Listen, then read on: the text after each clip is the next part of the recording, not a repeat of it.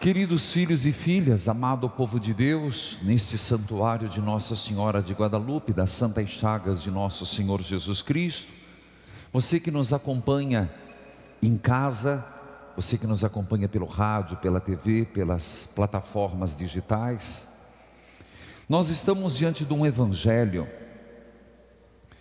que dois tipos de pessoas da classe social de Jesus, e Mateus faz questão de citar, mestres da lei, homens eruditos, sabidos, mestres, conhecedores, e fariseus, também, homens que procuravam viver todas as leis, foram até Jesus. Que bom, né? Que bom que foram até Jesus. Mas o problema é que eles foram pedir algo, e Jesus, que perscrutava os corações, percebeu. Eles pediram: faze-nos um sinal. Perceba, meus irmãos, há certos sinais que nós já os temos. Eu diria que eu e você, quantas vezes queremos ver sinais? Eu falava no ato penitencial, o que a gente precisa mais? Nós já temos tantas coisas. O que temos já é o suficiente para crer. Toda a história da salvação, e o dia que você entrar numa crise de fé, a gente vê muita gente com crise de fé. Você percebe muitas pessoas que se perguntam: como crer? Gente, olha a história da salvação. Eu falo história, que inclusive era um livro antigo, não tem mais. Eu lembro que a minha primeira alfabetização na fé não foi com a Bíblia, mesmo no seminário, foi História da Salvação. Era um livro antigo, hoje antigo, né? Na época era moderno, que contava a história. Nós temos que sempre ter essa história da salvação, o que Deus já fez do Antigo ao Novo Testamento para a nossa salvação, onde Deus já deu provas, e a prova mais concreta, a cruz, o sangue derramado, o alto preço de uma vida imolada. Pois Jesus disse: eu não lhes darei sinal, vocês já os têm. Se você não quer ver, a cegueira é tua. E hoje, na leitura orante da palavra de Deus, 2 Coríntios, capítulo 4, quem acompanhou a leitura orante, alguém acompanhou a experiência de Deus? Se não, vai às 10 horas da noite. Diz lá: se a palavra de Deus, nós ficamos cegos a ela, é porque o Deus deste mundo nos cegou. Forte, né? São Paulo dizendo: se de repente, diante da palavra, nada te toca, não tem mudança, nada te impressiona, você perdeu o brilho de Deus em Jesus Cristo. É assim que Paulo diz: é porque o Deus deste mundo te cegou. E às vezes nós estamos cegos, porque perdemos o brilho de Deus em Jesus Cristo. Então nós temos que pedir: Senhor, cura minha cegueira. Jesus disse: eu não lhes darei sinal algum, vocês já os têm. E ele faz duas comparações. Jonas ficou 3 dias no ventre de uma baleia, foi a Nínive, e o povo se converteu. Eu sou maior do que Jonas. Salomão, até a rainha de Sabá veio ouvir seus conselhos, e eu sou maior que Salomão. A primeira leitura de hoje é a leitura que nós ouvimos dentre as 7 leituras na noite santa da Páscoa, se você lembrou, inclusive o Salmo, que fala da história da salvação. Um povinho, que não era numeroso, que estava perto do Mar Vermelho e começa a reclamar. Olha a dúvida, é interessante que é a nossa dúvida, é a nossa crise. Na hora que a gente se vê numa dificuldade, o primeiro que a gente se revolta, Deus.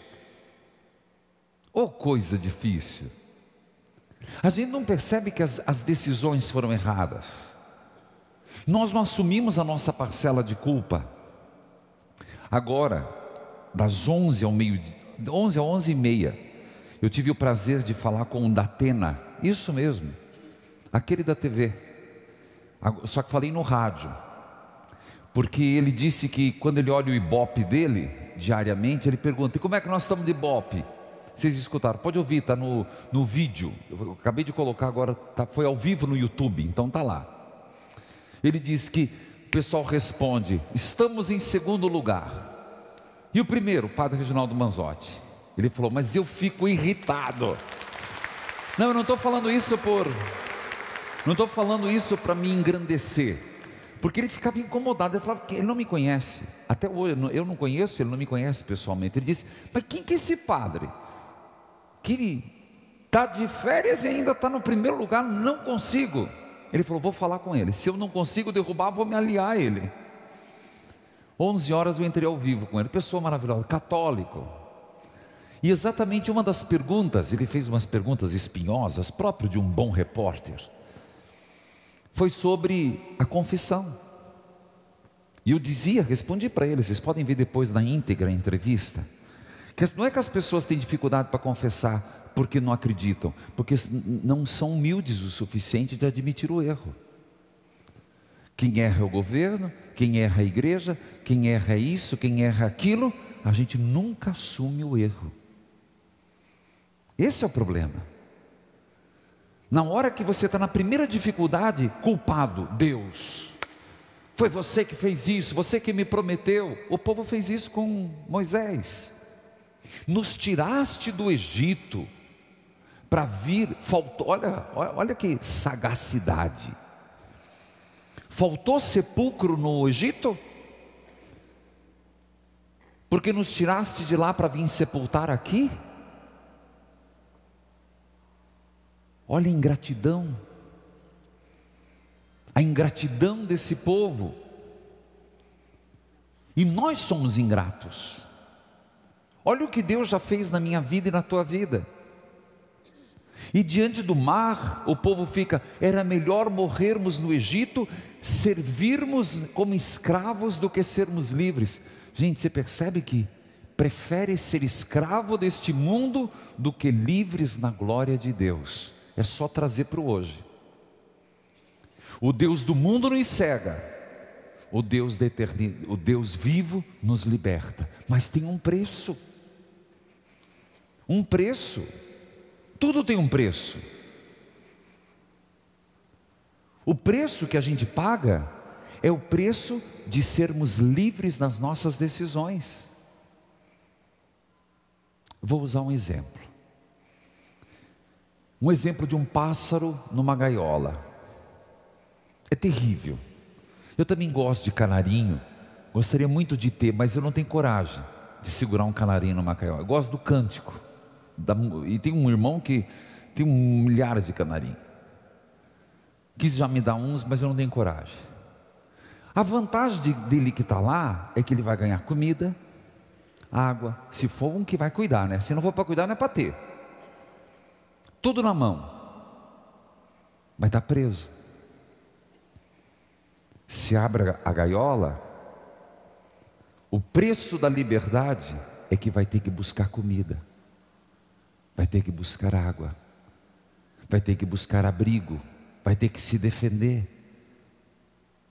Às vezes nós preferimos viver cativos, escravos, querendo tudo na mão, na boca.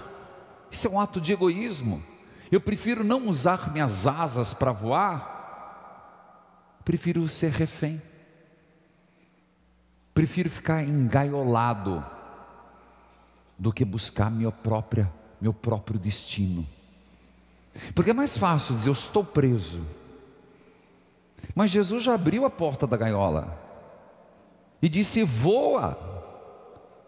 Você tem asas, voa. Não quero, quero ficar aqui, mas estou preso na gaiola. Por que me prendeu? Não, eu não te prendi, eu já abri a gaiola. Voa, meu filho. E a gente prefere ficar dentro, nos vitimizando, recebendo tudo na mão, tudo de graça, confortável, sem arriscar, sem confiar em Deus. É melhor ser um pássaro livre, com todas as intempéries da vida, do que um pássaro numa gaiola, mesmo que seja de ouro. Na primeira leitura, qual foi a resposta de Moisés? Não tenhais medo, o Deus da promessa fará a vossa libertação, não tenhais medo. Só que Moisés foi a Deus e disse, o povo está reclamando. Qual foi a palavra de Deus? Vocês passarão a pé enxuto.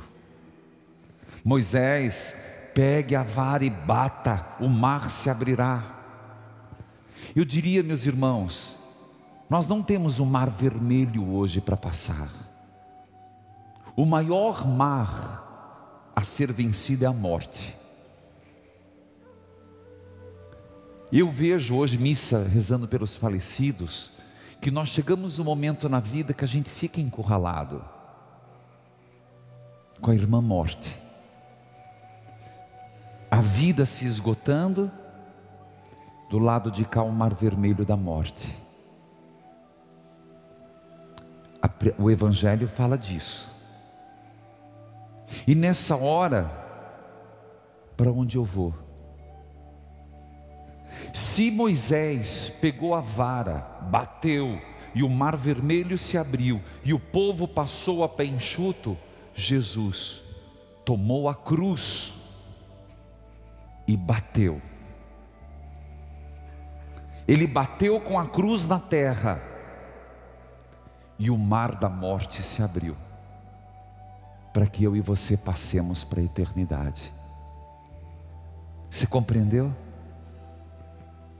No Antigo Testamento, encurralado pelos egípcios, e de um lado o mar vermelho, Moisés bate e o mar se abre. Encurralados pela irmã morte, Jesus pega a cruz e bate no hoje, e a irmã morte se abre, para que eu e você passemos para a eternidade com Deus.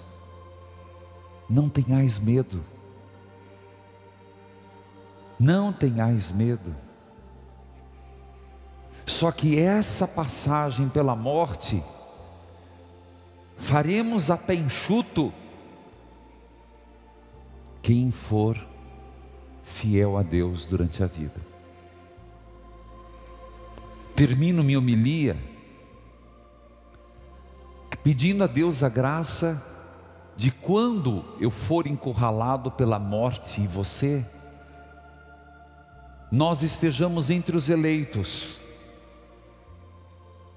e não entre os egípcios. Estejamos entre aqueles que viveram a palavra de Deus e não aqueles que perseguem os que são discípulos de Deus.